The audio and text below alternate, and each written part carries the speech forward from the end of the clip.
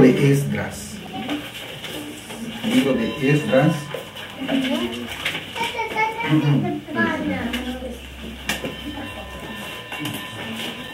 Esdras está antes de Nehemías.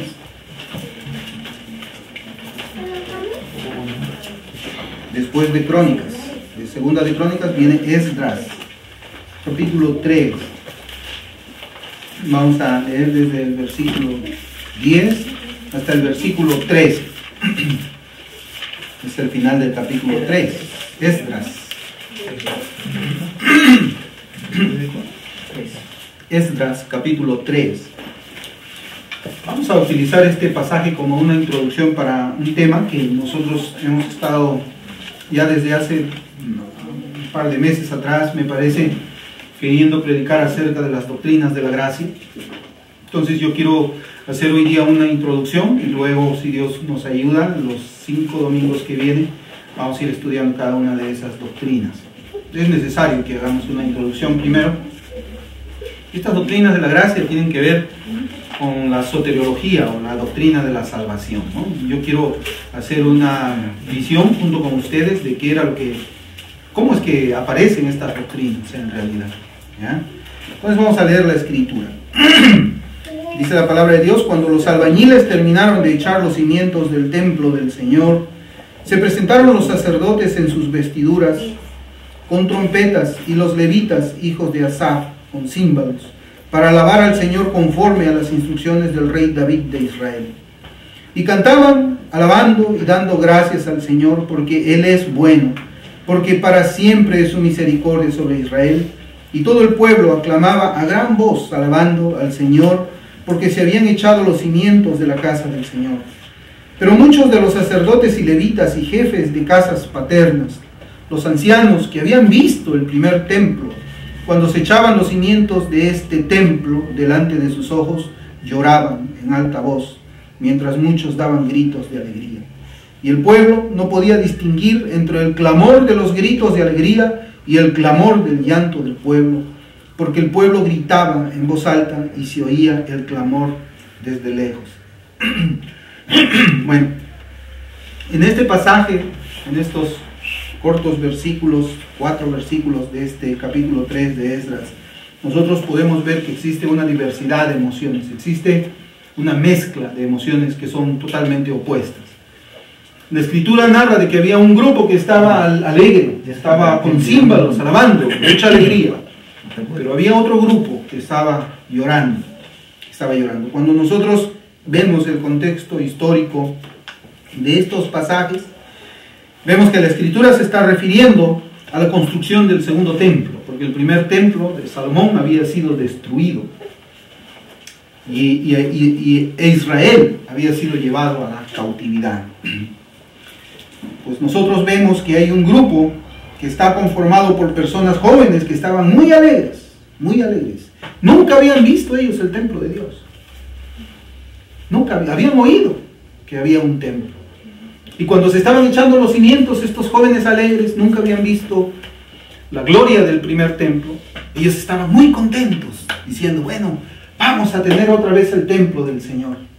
Ellos eran los que estaban con címbalos, alabando, danzando posiblemente, mucha alegría. Pero por otro lado estaban los que así habían sido los testigos presenciales de ese primer templo. Aquellos que habían tenido la oportunidad, que Dios les había dado la oportunidad de poder ver la majestuosidad del primer templo de Salomón. Y ellos, cuando vieron que estaban echándose los cimientos del segundo templo que se iban a construir, pudieron comparar y decir, bueno, este templo que vamos a hacer no va a ser tan majestuoso como el de Salomón. Y ellos eran los que lloraban. Ellos, ¿por qué? Lloraban porque ellos habían sido testigos presenciales de la historia. Y es precisamente de eso que nosotros vamos a hablar de esta mañana, de la historia. Vamos a conversar un poco de la historia. La historia, hermanos, es lamentablemente muchas veces descuidada. Nosotros en realidad no sabemos, y a veces no queremos saber tampoco qué cosa es lo que ha sucedido en el pasado. Hay algunos grupos, nosotros podemos, no sé si ustedes se han dado cuenta, pero hay algunos grupos que están muy afanosos porque la historia del cristianismo no sea conocida. Y hay algunos que quieren desecharla. Hay algunos que quieren que la historia de cómo es que la teología ha venido desarrollándose no quiere tenerse en cuenta. Y evidentemente los intereses que ellos tienen, nosotros los vamos a considerar a lo largo de estos estudios que nosotros vamos a hacer con la ayuda de Dios. Y esta mañana, como yo les decía, vamos a comenzar una serie acerca de las doctrinas de la gracia. ¿Qué cosas son las doctrinas de la gracia? Esas doctrinas, nuevamente, en este tiempo han comenzado a tener bastante mención. Se habla bastante de ello ahora en los Estados Unidos y también aquí en Perú.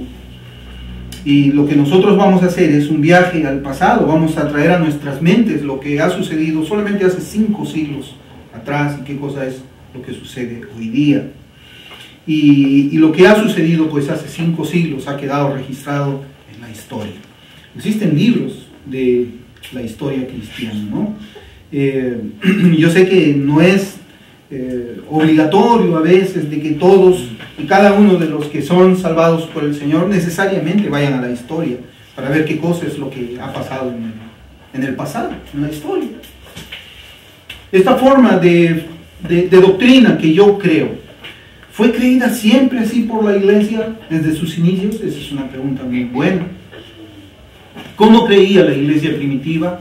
¿Cómo creía durante el tiempo del oscurantismo, cuando el catolicismo romano había quitado, por ejemplo, las Biblias del pueblo? El pueblo hubo un tiempo de muchos años, unos cuantos siglos, en que no habían Biblias. La gente no tenía Biblias.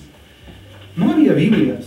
Sabíamos de que el papado pensaba de que la Biblia era un libro que no debería estar dentro de la plebe, ¿no? Entonces ellos, pues, consideraban solamente hacer sus misas y hacer sus misas en idioma latín todavía. Es decir, el pueblo, había sido quitado del pueblo lo que es la escritura.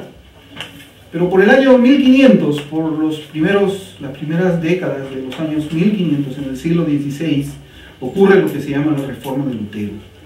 Lo que la Reforma de Lutero trae son muchas cosas buenas y también hay algunas cosas que no son buenas. Nosotros no seguimos necesariamente el pensamiento de Lutero, estamos de acuerdo con él en algunas cosas, pero estamos en desacuerdo con él en otras. Por ejemplo, Lutero era un monje agustiniano y él todavía cuando estaba él haciendo la reforma, cuando Dios lo utilizó a él para traer la reforma protestante en el siglo XVI, él aún todavía mantenía en su mente ciertas cosas del catolicismo romano con lo relacionado a la cena del Señor. Él pensaba, por ejemplo, de que el cuerpo, los elementos que nosotros usamos para la cena, como el pan y el vino, se convertían literalmente en el cuerpo y en la sangre de Cristo, que se conoce como la transubstantación. Entonces, evidentemente que hubo problemas en esa parte, pero hubieron cosas positivas en la reforma. La reforma lo que hizo es traer de nuevo la palabra de Dios para el pueblo. Lutero fue el primero que escribió o tradujo la Biblia al idioma alemán, para que los alemanes también pudiesen tener acceso a la palabra de Dios. Imagínense ustedes, no había culto, no había servicio, no había enseñanza, porque no había Biblia. Nadie tenía una Biblia. Esas fueron algunas cosas positivas de la reforma. Y en esta serie de sermones que nosotros ya lo habíamos planeado desde hace unos meses atrás y que por distintas circunstancias y razones no lo pudimos hacer, pues vamos a comenzar hoy día. Vamos a ver que es muy importante conocer acerca de estas doctrinas fundamentales y doctrinas históricas. Creo que es importante saber de dónde vienen estas doctrinas, que se llaman la doctrina de la gracia, también se les conoce como calvinismo. Hay personas que cuando escuchan esa palabra están aterradas. Una vez, recuerdo mucho, hubo un joven en una iglesia que se acercó a mi persona y me dijo, dicen los hermanos que usted es un calvinista. Y pues yo le dije, ¿y tú qué piensas de eso? ¿Es bueno o es malo? No sé, me dice, yo no sé lo que es calvinismo.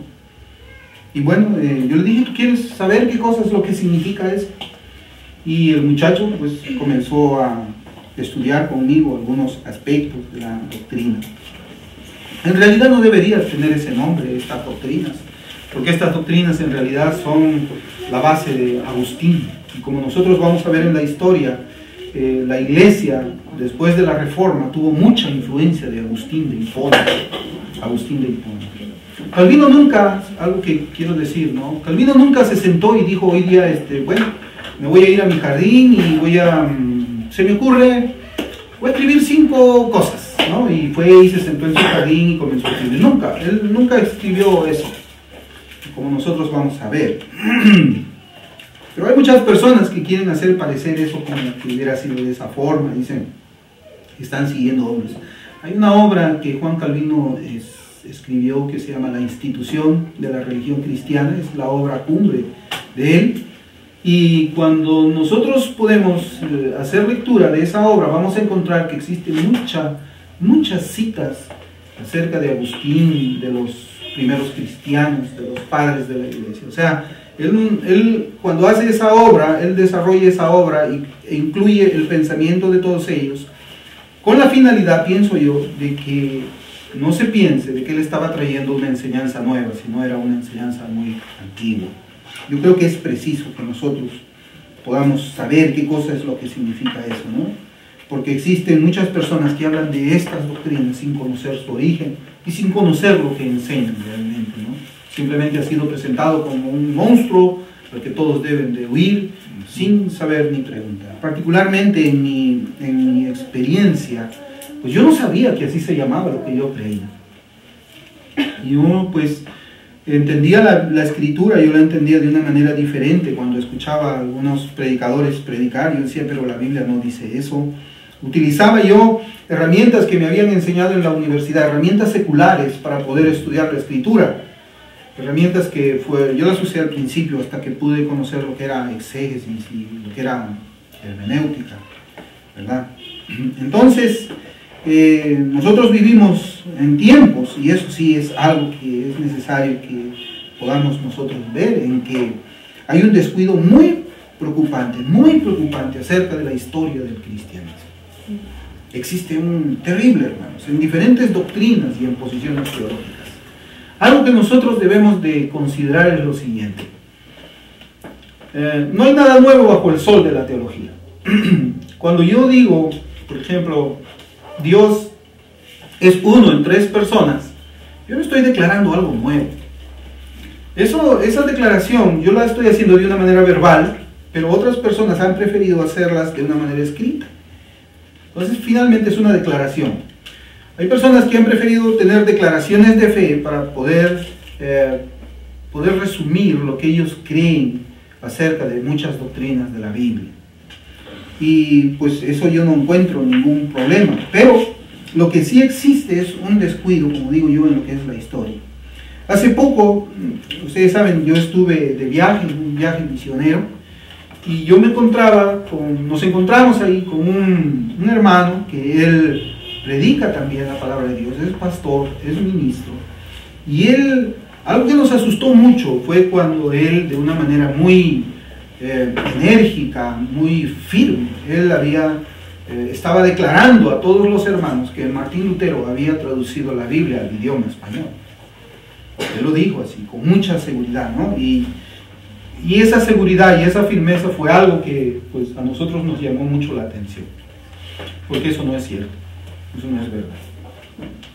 Por otro lado, hermanos, yo también he leído algunos otros escritos en que una persona que supuestamente tiene preparación académica afirmaba que el calvinismo fue escrito en el sínodo de Dort. Vamos a ver qué cosa fue el sínodo de Dort esta mañana también. Y eso no es cierto. Eso tampoco es cierto, ¿no? Y la diferencia entre estas dos personas, el primer hermano, es evidente. Lo que a mí más me preocupaba era la segunda declaración. Porque bueno, la primera persona era alguien que evidentemente no tenía una preparación académica. Pero en el caso de la segunda afirmación, lo estaba haciendo una persona que tenía una preparación académica. Y esto a mí me alarmaba mucho porque lo que yo pensé es de que quería desinformar a las personas que estaban leyendo, ¿no? O sea, y eso es algo que pues es muy preocupante porque muchas personas toman lo que esta persona está diciendo y van y lo predican en sus congregaciones y el efecto de multiplicación es bastante veloz. Y a las finales nos encontramos con que muchas personas creen eso. Pero la pregunta es eso, la verdad. Es eso la verdad. Nosotros a veces hemos descuidado nuestra tarea de ser bereanos, ¿no? Cuando Pablo, el apóstol, estaba predicando, dice el libro de los Hechos, que había unos creyentes que eran muy nobles, eran los de Berea, porque ellos escudriñaban en la Escritura para ver si era cierto lo que Pablo estaba diciendo. O sea, ellos decían, muy bien Pablo, ¿sabes qué? Está bien ya. Pablo, tú has sido un hombre que ha ido hasta el tercer cielo. Pablo, tú has sido un hombre que ha sido instruido en la misma presencia de Dios. Pablo, tú eres un hombre con un conocimiento tremendo de la Escritura. Pero ¿sabes qué cosa, Pablo? Yo voy a revisar lo que tú estás diciendo. Yo voy a revisarlo. Y eso es lo que tenemos que hacer nosotros. O sea, está bien, yo pues expongo la Escritura. Tenemos tiempos nosotros de preguntas para decir, hermano, esto de aquí. O si se toman notas, pues que está bien. Podemos ir a nuestra casa y ahí en nuestra casa comenzamos nosotros a investigar, a escudriñar. Y si hay algo que está mal enseñado, pues se pueden acercar y decirme, usted se equivocó aquí. Muy bien, vamos a verlo a la luz de la Escritura, ¿verdad? Porque la Escritura es nuestra regla de fe y de práctica. Y si vamos a hablar de la Escritura, tiene que ser con la Biblia abierta. No podemos cerrar la Biblia y decir, bueno, yo creo, yo pienso, yo personalmente creo que pues a ustedes no les interesa que yo les cuente así mis pensamientos, ¿no? Sino que exponga la Escritura. Para eso estamos aquí. Y de la misma forma también en lo que tiene que ver con la historia. Entonces, pues, las preguntas que nosotros podemos hacernos como una introducción acerca de estas doctrinas de la gracia que tienen que ver con la salvación. Y hay dos posiciones solamente. Hay dos posiciones en soteriología. Está la posición que se conoce como reformada, o se conoce como las doctrinas de la gracia, y también se le conoce como calvinismo. Y está la otra posición que se conoce como arminianismo. Esas son las dos únicas posiciones. Cuando alguien dice, ¿no? Bueno, yo no soy ni arminiano ni calvinista, yo soy bíblico, no sabe lo que está hablando. No entiende. No ha podido comprender. Solamente hay dos posiciones. Y como nosotros vamos a ir estudiando estos domingos acerca de esta doctrina de la salvación, no puede haber un término medio. Y la diferencia que hay en ellas no son solamente diferencias así pequeñas, sino diferencias así. La diferencia es de raíz. La diferencia es de raíz. Y vamos a ver. Yo le decía que vamos a hacernos unas preguntas. ¿Cómo y dónde nace lo que se conoce como las doctrinas de la gracia o calvinismo? ¿Cómo? ¿De dónde nace? ¿De dónde vino? La otra pregunta que vamos a responder nosotros es si realmente Calvino escribió estas doctrinas. Eso es importante también. La otra es ¿por qué son 5 puntos? ¿Por qué no son 2? ¿Por qué no son 4? ¿Por qué no son 20? ¿Por qué no son 10 puntos? ¿Por qué son 5? ¿Por qué son 5? Y la otra pregunta ¿es verdad que esto fue escrito en el sínodo de Dort? Esa es otra pregunta, ¿no? Y las respuestas a estas preguntas las vamos a encontrar en la historia de la iglesia. Y eso es lo que vamos a hacer ahora. Vamos a ir a la historia de la iglesia como una introducción a las doctrinas de la gracia. Ahora, estas doctrinas que nosotros vamos a comenzar a estudiar con la ayuda del Señor estos 5 domingos que vienen, pues no son doctrinas elevadas. Estas se encuentran en la Escritura y hay que predicar todo el consejo de Dios. Estas doctrinas van a influir en la forma en que nosotros hacemos evangelismo. A veces nosotros pensamos, bueno, yo salgo a hacer mi evangelismo, pero no sabemos cómo Dios salva. Yo muchas veces le he preguntado a personas, ¿no? Hermanos, y ellos con honestidad, les he preguntado a ellos, dime tú cómo Dios salva a un pecador. Es una pregunta fundamental. Si yo no sé cómo Dios salva a un pecador, ¿cómo voy a evangelizar? Que está en mí el poder, está el poder en el pecador. ¿Cómo es? ¿Cómo es la salvación? Entonces, si nosotros no entendemos cómo Dios salva a un pecador, pues de ahí va a depender cómo es que va a ser nuestro evangelismo. ¿Sí? Por eso es importante esto, ¿no? Yo creo que podemos conversar. Yo también pues he tenido la oportunidad de conversar amigablemente con otros hermanos que no piensan de la misma forma allá cuando yo vivía por el norte. Y bueno, entonces en primer lugar lo que yo quisiera es que tengamos nosotros en nuestras mentes un orden cronológico de algunos hechos. Así vamos a hablar de historia, vamos a hablar de cronología. La cronología es un orden en el tiempo. ¿ya? Entonces eso es lo que vamos a hacer. Yo para eso he escrito aquí unas fechas en esta pizarra para poder nosotros tenerlo en mente, ¿ya? Bien, aquí está lo que yo he escrito. Dice, Lutero, Martín Lutero, inicia la reforma. Ahí puede ver, sí, yo creo que me pongo por acá mejor. Lutero inicia la reforma el 31 de octubre de 1517. Esa es la fecha en la cual Martín Lutero clava las 95 tesis en la catedral de Wittenberg. ¿Ya? Ahora, Juan Calvino nació en julio de 1509 y murió en mayo de 1564. Es para tenerlo en mente. O sea que cuando Calvino nació, él tenía 8 años cuando Lutero había iniciado la reforma. ¿Está bien? Guido de Bres es un personaje, así se escribe, Guido de Bres. Él escribe la Confesión belga en el año 1561. Si quieren pueden tomar nota y revisarlo en internet, hay mucha información. En 1561, o sea, él escribe la Confesión belga más o menos unos 50 años después, menos, unos 45 años después de la reforma de Lutero. El Catecismo de Heidelberg se escribe en el año 1563. Igual, también vemos que hay más o menos una diferencia de unos 40 y tantos años con la reforma. Jacobo Arminio nació en octubre de 1560 y murió en octubre de 1609. ¿Ya? Entonces, acá vemos nosotros que cuando murió Calvino tenía 4 años Jacobo Arminio, y el sínodo de Dort se hace en noviembre de 1618 y termina en mayo de 1619. Ni Calvino ni Arminio estaban vivos cuando sucedió esto. Esto sucedió muchos años después. Entonces, eso es lo que nosotros vamos a tener como un orden cronológico para poder establecer qué cosa es lo que pasó antes.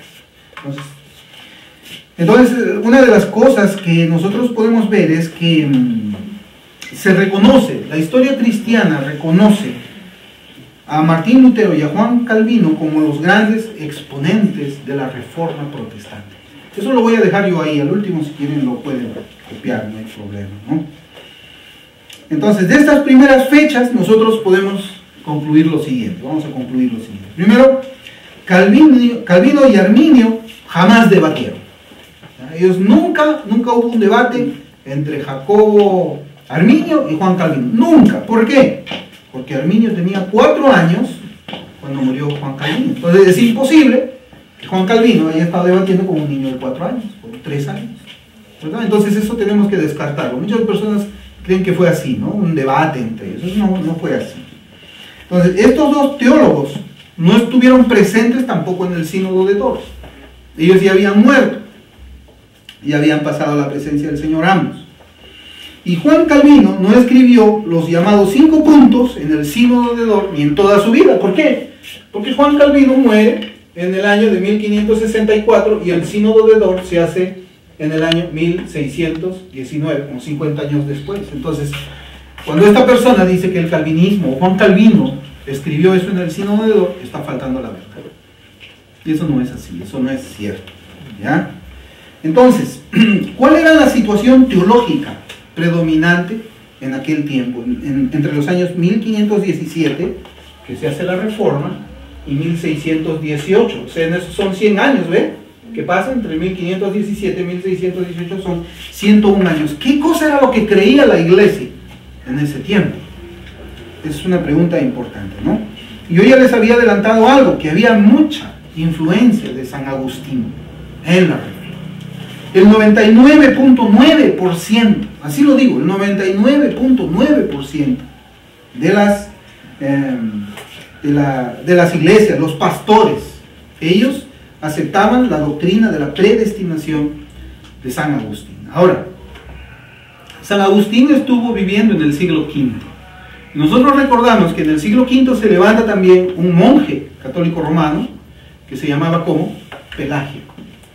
Pelagio era un monje británico y él negaba que el pecado de Adán había también hecho había infectado, por decirlo de esta manera, a toda la posteridad. Eso es lo que Pelagio decía. Entonces, ¿de dónde nace la controversia? La controversia nace cuando Agustín hace una oración. La primera controversia, para que vean que no es nueva. Agustín dice en una oración: Señor, manda todo lo que quieras y concédenos hacer todo lo que mandas. Concédenos hacer todo lo que mandas. Entonces Pelagio dice: no, Agustín, tú aquí estás en un error. ¿Cómo es eso que Dios manda algo en su palabra y ahora yo tengo que pedirle a Dios que nos conceda hacer eso? No, mira, si Dios manda algo en su palabra es porque el hombre, el pecador, está en capacidad de hacerlo.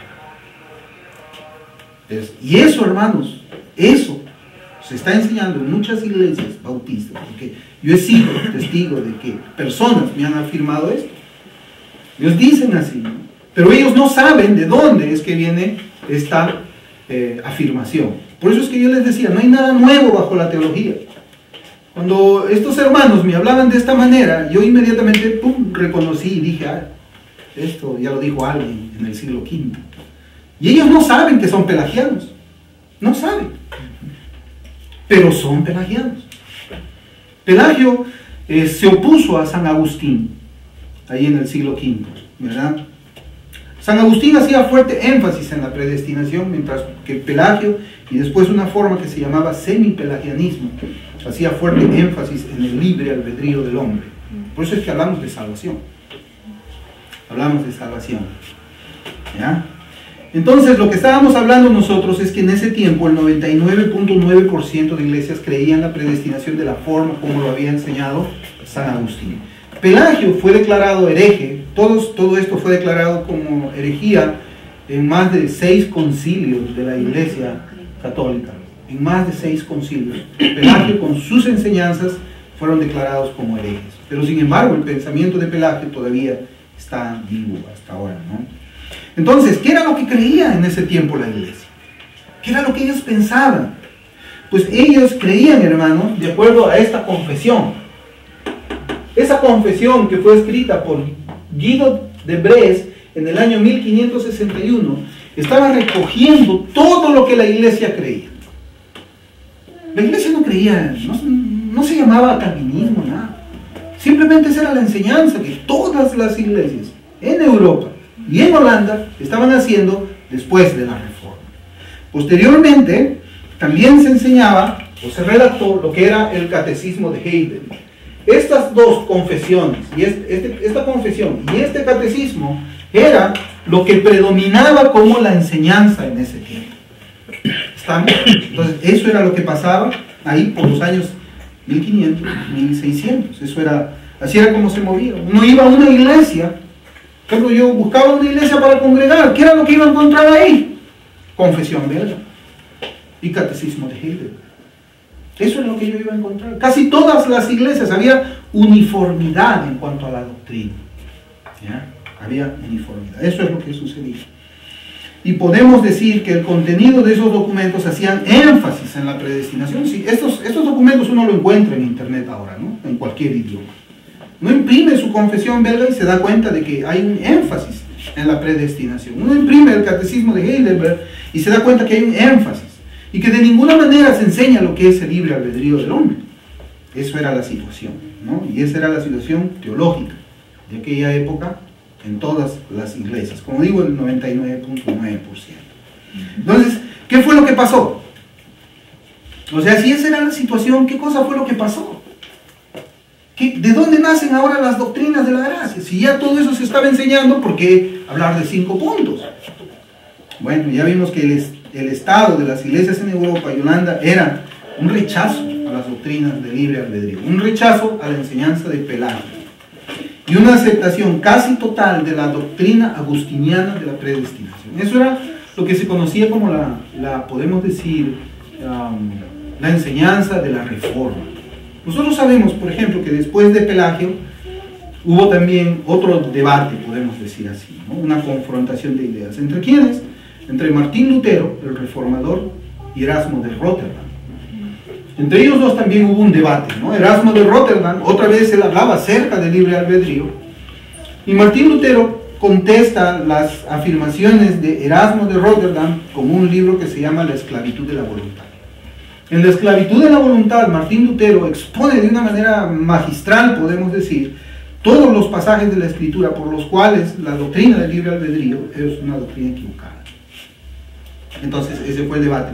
Y el tercer debate, debate porque vamos a llamarle así, pero en realidad nunca debatieron, eran las posiciones que se conocen como calvinismo y arminianismo, ¿no? Entonces, ¿qué es lo que pasaba? Ahora vamos a hablar de Jacobo Arminio. Jacobo Arminio había estudiado bajo la dirección de Teodoro Beza. ¿Quién fue Teodoro Beza? Teodoro Beza fue un estudiante de Juan Calvino. Después que Juan Calvino muere, Teodoro Beza ocupa su lugar. Y Teodoro Beza había enseñado a Jacobo Arminio, pues bueno, lo que se creía en esa forma, la confesión belga y el catecismo de Heidelberg. Y Arminio, él había conseguido hacer un distinguido predicador de la época. Él era un hombre bastante poderoso en las escrituras, pues era un predicador con mucha fama también, con mucha fama. Tanto era la fama que él tenía, y él sostenía también la soberanía de Dios en la salvación, tanto fue que a él se le llama para que haga un rechazo escrito para que pueda contestar teológicamente los escritos de Dirk Cohnert. Se llama así, voy a escribirlo. Este hombre se llama Dirk Cohnert.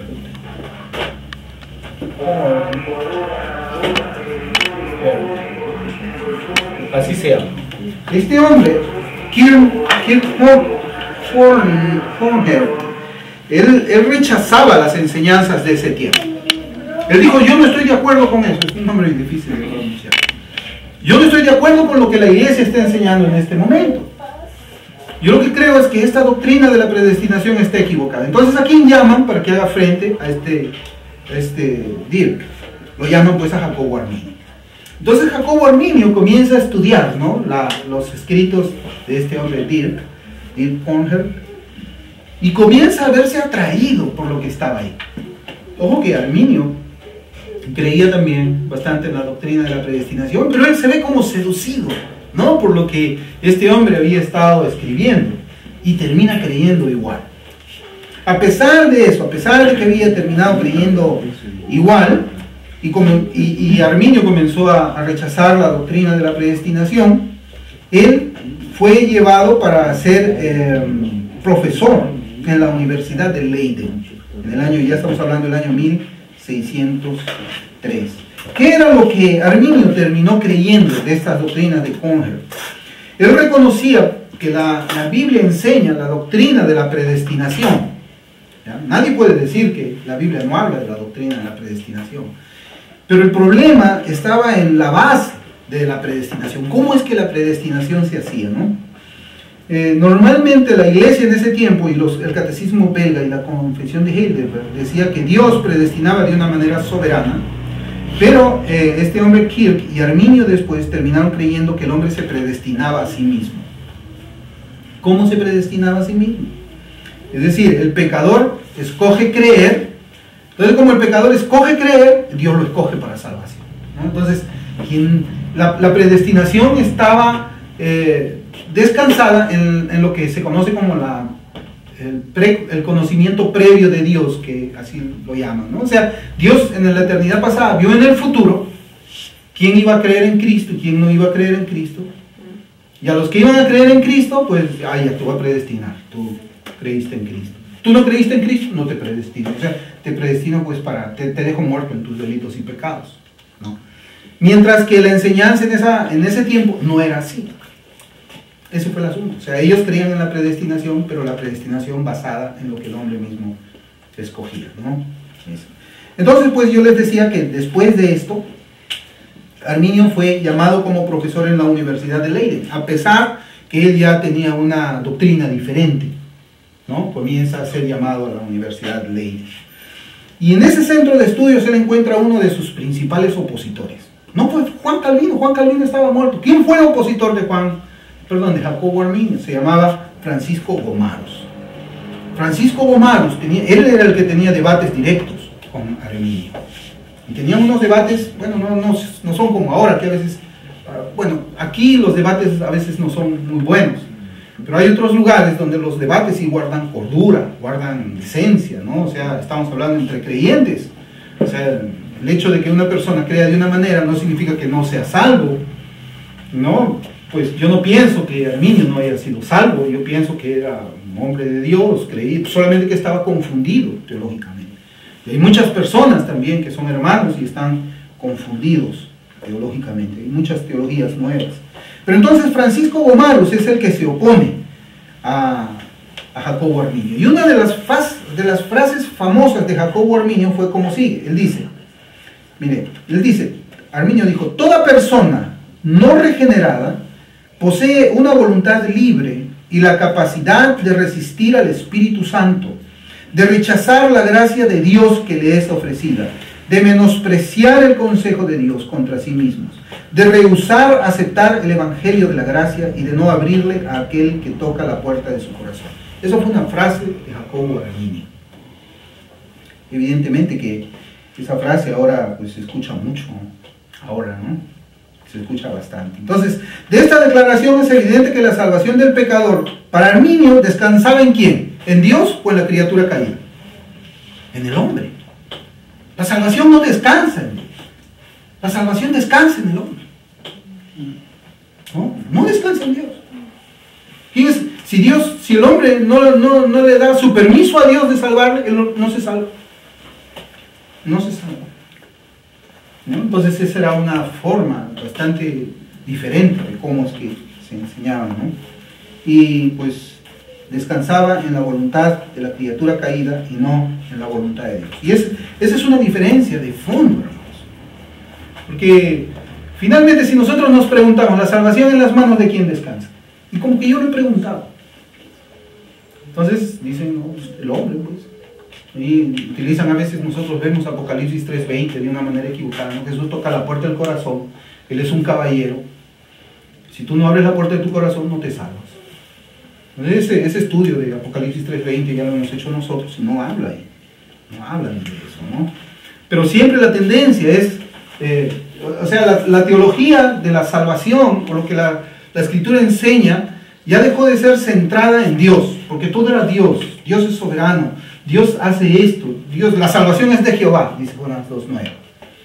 No, ahora ya no, ahora es, en lugar de ser teocéntrica, centrado en Dios, se vuelve antropocéntrico, centrado en el hombre. El hombre ahora pasa a ser la figura central. El hombre, si quiere a Dios lo deja obrar, y si no quiere le malora los planes también. Entonces, es una teología un poquito confusa, ¿no? Si nosotros comenzamos a preguntarle a una persona, ¿tú crees que Dios es soberano? Le va a decir que sí, nadie va a decir que Dios no es soberano, pero si comenzamos así a arañar un poquito más, a ver, quiero ver tu concepto de soberanía de Dios. Le pregunto, ¿tú crees que Dios es soberano en la salvación? No, ahí no es soberano. El hombre es soberano, el pecador es soberano en su propia elección. Bueno, son temas que nosotros vamos a ir viendo en estos 5 domingos. El hecho es que Jacobo Arminio muere en el año 1609.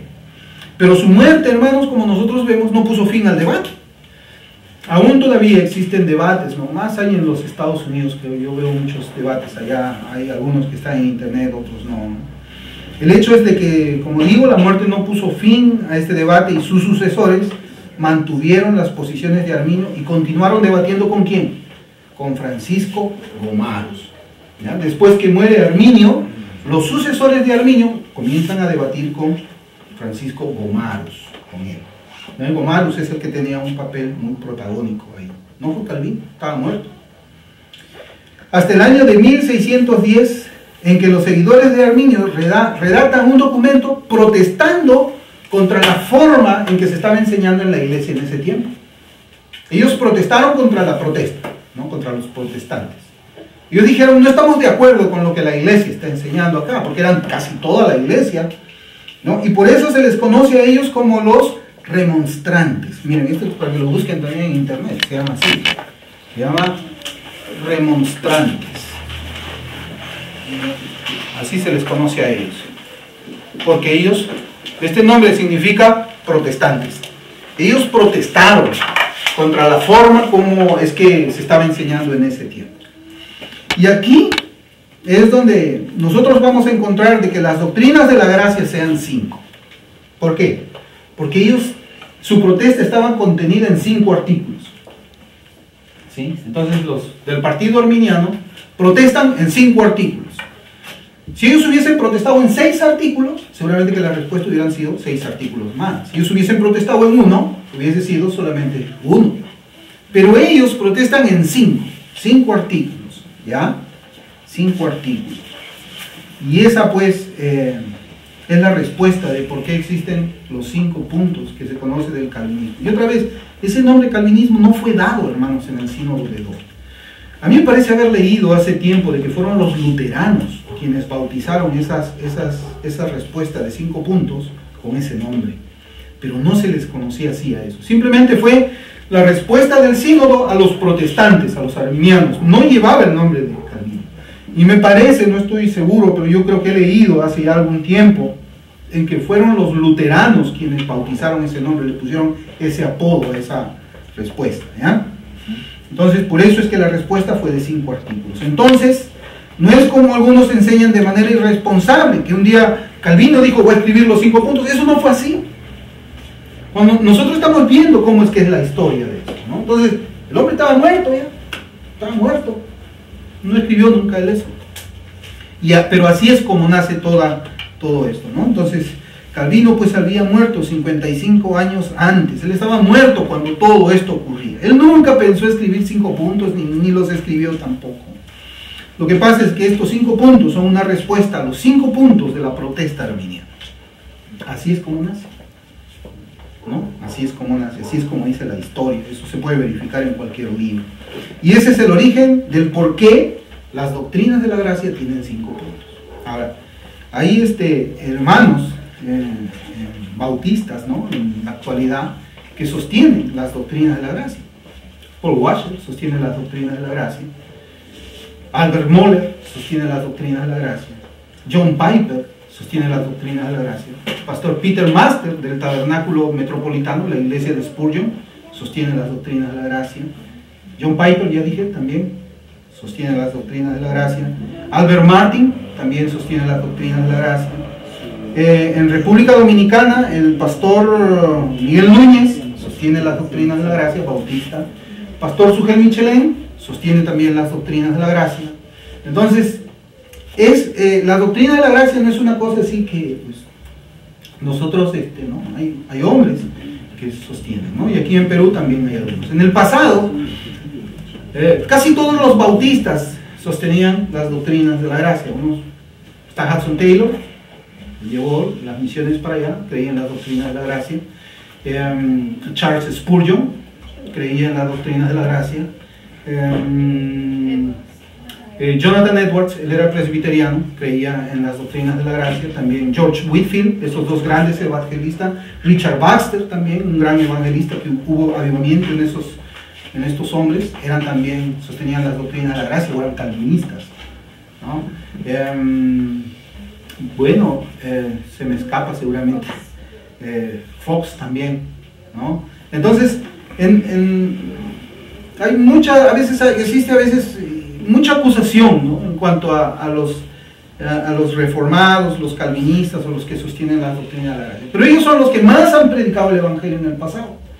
Ha sido cuando en los tiempos de avivamiento, de verdadero avivamiento, ha sido cuando han sido pues en Richard Baxter en su ministerio en un poblado de Kidderminster. Cuando él predicó, Richard Baxter, ¿no?, que es un hombre que creía en el calvinismo, la doctrina de la gracia, dice que hasta los bares se cerraron en ese tiempo. Y 100 años después, cuando llega George Whitefield ahí a ese pueblo, dice que todavía podía respirar, ¿no?, la obra que Dios había hecho por medio de Richard Baxter ahí. Las cantinas seguían cerradas. Eran tiempos de avivamiento. Entonces, a veces aparecen algunas acusaciones en el sentido en que no, ellos no evangelizan. No, mentira, los grandes evangelistas. Nosotros salimos a hacer aire libre, nosotros salimos también a conferencias, nosotros salimos a muchos lugares también, ¿no es cierto? Tenemos hermanos aquí que tienen el ministerio de predicar en las calles y predican más que yo. Entonces, pues esa acusación no es correcta. Entonces, lo que estamos diciendo es que la doctrina de la gracia no es una cosa nueva. No es una cosa nueva. bautistas está, por ejemplo, John Gill, un gran teólogo bautista. Está Andrew Fuller, también él creía en las doctrinas de la gracia. Bueno, no voy a... Yo sé que se me están escapando muchos, no los recuerdo ahora. ¿Ya? Entonces, ese es el origen del porqué de las doctrinas de la gracia. Tienen 5 puntos. Que no se llamaban ni siquiera doctrinas de la gracia, simplemente fue una respuesta a la protesta que habían hecho contra la forma de enseñanza. Y el sínodo de Dort, hermanos, que comienza aquí en 1618 y termina en mayo de 1619, fue casi un semestre, 6 meses, estaba constituido por 84 miembros, de los cuales 18 pertenecían a un orden secular. Lo que pasa es que en ese tiempo el Estado y el cristianismo, ¿no?, en ese tiempo estaban unidos. Eso es algo que estaba mal, ¿no? Porque la protesta, los arminianos lo hacen contra el gobierno holandés. Ellos se acercan al gobierno holandés, porque el gobierno tenía cierta injerencia en lo que eran las cosas del cristianismo, de la religión. Eso es algo que está mal y nosotros pues sostenemos que eso es un error, ¿no? Pero hubieron 84 miembros, se llevaron a cabo 154 reuniones, 154 reuniones, y fueron invitados 13 teólogos arminianos para defender sus posiciones. Ahora alguien puede decir, no, ahí pues está mal, ¿cómo van a invitar a 13? Pero, ¿saben que de todas las iglesias, ¿saben cuántos fueron los que firmaron esa protesta contra la forma como se estaba enseñando? Fueron 46, o sea, evidentemente no era una mayoría. Fueron 46 personas que firmaron, pues, una...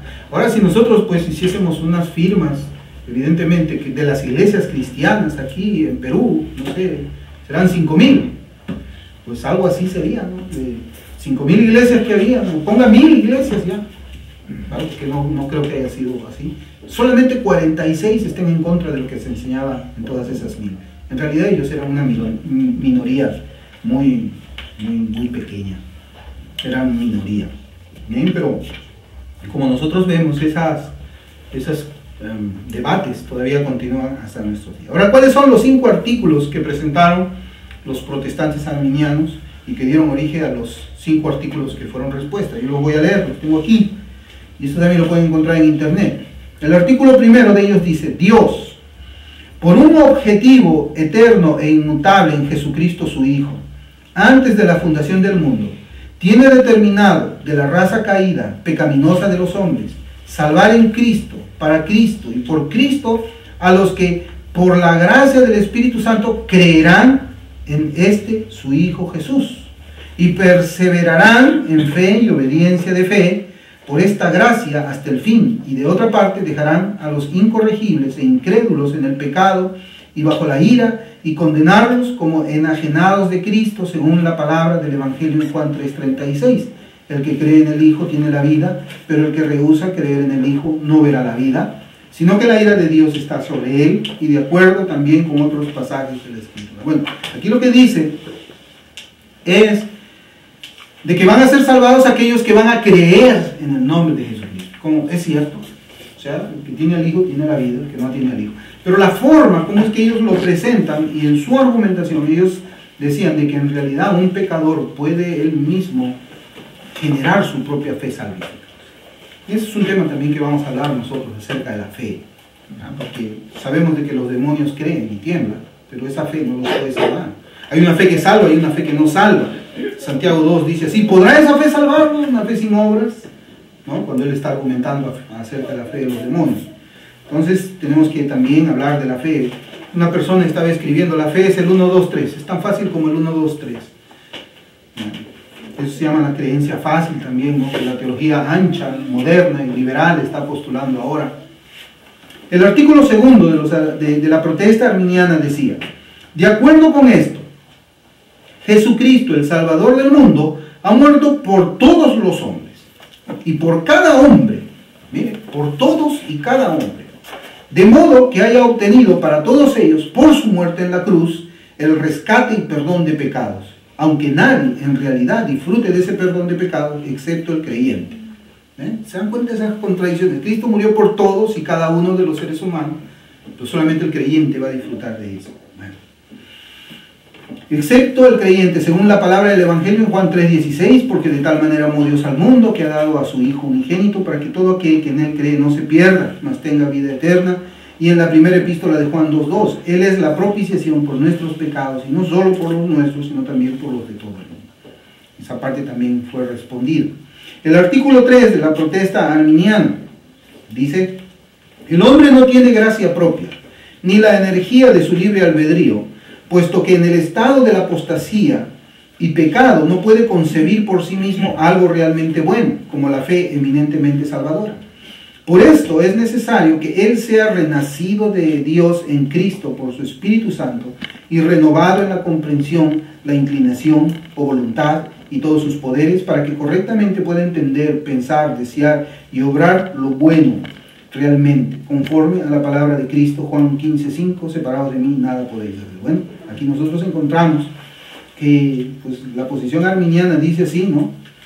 Dice, el hombre no tiene gracia propia ni la energía de su libre albedrío. Dice, porque en el estado de la apostasía no puede concebir. Entonces, fíjense cómo dice, ¿no? Aquí está correcto este punto. Porque dice que en Romanos 3:11 dice, no hay quien entienda. No hay quien busque a Dios. A veces nosotros decimos, ¿por qué eres salvo tú? No, yo busqué a Dios. No, pero la Escritura dice, no hay quien busque a Dios. El Señor Jesucristo dice, nadie puede venir a mí. Dice que las cosas espirituales son locura para los que se pierden, porque tienen que discernirse espiritualmente, ¿no?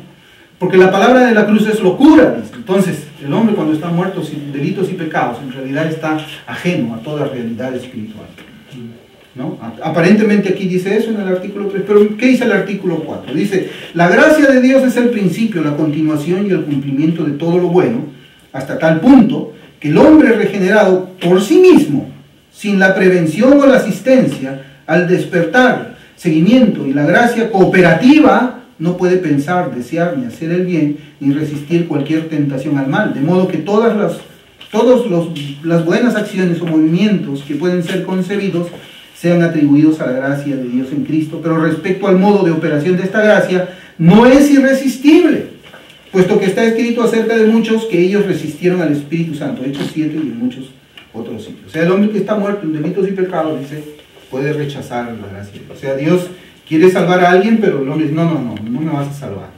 Entonces, resisten la gracia, ¿no? Eso es lo que está diciendo aquí. Habla de que la gracia de la salvación, el hombre la puede desechar, la puede resistir.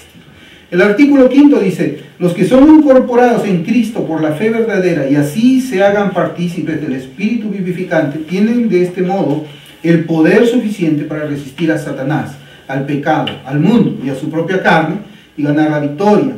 Bien entendido que esto es siempre por la gracia y ayuda del Espíritu Santo. Y Jesucristo los ayuda por el Espíritu en toda tentación, tiende a ellos su mano, proveyendo que estos estén listos para el conflicto, implorando esta ayuda y no confiando en sí mismos. Les impide caer, de modo que ellos, por ningún arte o poder de Satán, pueden ser engañados ni arrancados de las manos de Cristo, según la palabra de Cristo en Juan 10:28, y yo les doy vida eterna y no perecerán jamás, ni nadie los arrebatará de mi mano.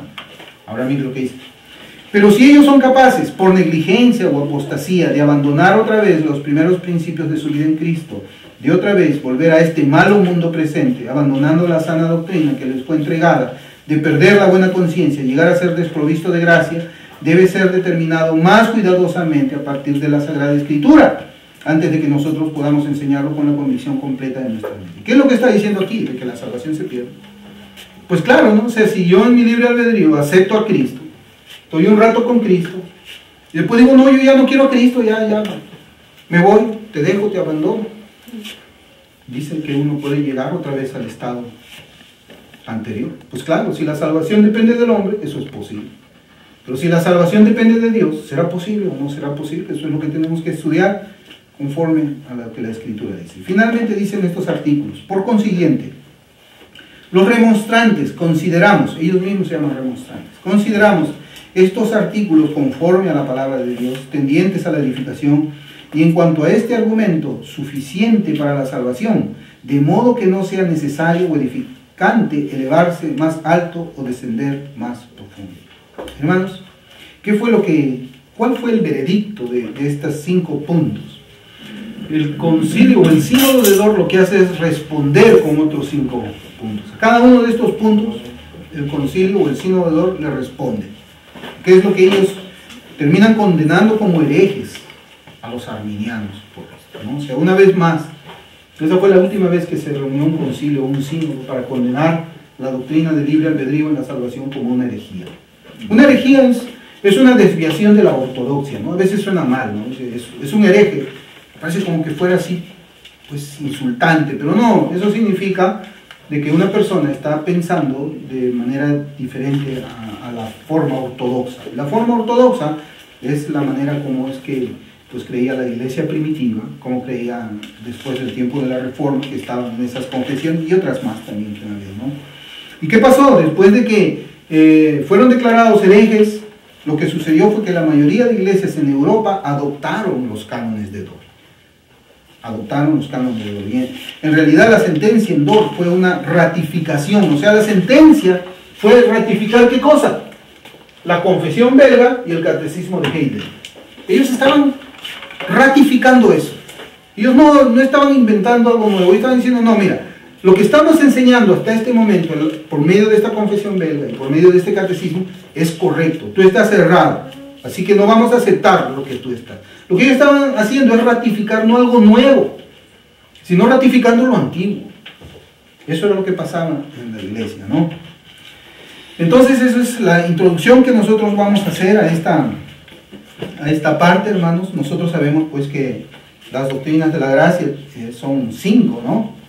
Se llama la depravación total del hombre. La otra se llama la elección incondicional. Luego viene la expiación limitada. Luego viene la gracia irresistible. Y finalmente viene la perseverancia de los santos. Esas doctrinas que yo he mencionado son la respuesta a esto que habían presentado los protestantes en este momento. Como les digo, no es nada nuevo, a veces es un poco difícil comprender, pero ahí está la historia. Eso, uno entra a internet y lo va a encontrar, pongan Francisco Gomaro y va a aparecer todo lo que yo les estoy diciendo. Pongan ahí los remonstrantes, va a aparecer todo lo que, hasta en Wikipedia creo que nosotros encontramos esto de aquí. No es una cosa pues que esté oculta. Yo ahí, por ejemplo, tengo un libro de Justo González, La historia del cristianismo, ahí también está en 2 páginas, pero este resumen yo lo he sacado de más libros cristianos, más libros que son de autores cristianos y autores seculares también, ¿no? Entonces vamos a orar, hermanos. Esta es la introducción y con la ayuda de Dios vamos a ir desarrollando estos temas. Amado Padre, gracias te damos, Señor. Eres bueno, Señor. Tu palabra dice que debemos enseñar todo el consejo de Dios. Algunas veces, Señor, hemos creído de que estas doctrinas son muy elevadas para tu pueblo, Señor, pero no es así. No es así, Señor, porque tú nos capacitas por medio de tu Santo Espíritu para llegar a conocer cómo es que tú salvas al pecador. Esa pregunta, Señor, es fundamental. Ayúdanos a nosotros a ver en la Escritura, Señor, cómo tu propósito se ha llevado a cabo en las vidas en el pasado, en los santos del pasado, en nuestras vidas y cómo será, Señor, hasta que Cristo vuelva. Padre bendito, danos, Señor, claridad en nuestro entendimiento. Ayúdanos, Señor, a que nosotros seamos sujetos a tu palabra, Señor, cuando comencemos estos estudios, por encima, Señor, de nuestras propias opiniones, quizás. Padre, este tema será nuevo para algunos, será ya viejo para otros, pero esperamos, Señor, predicarlo de tal forma que tú seas glorificado, Padre. Gracias te damos en el nombre de Jesús. Amén.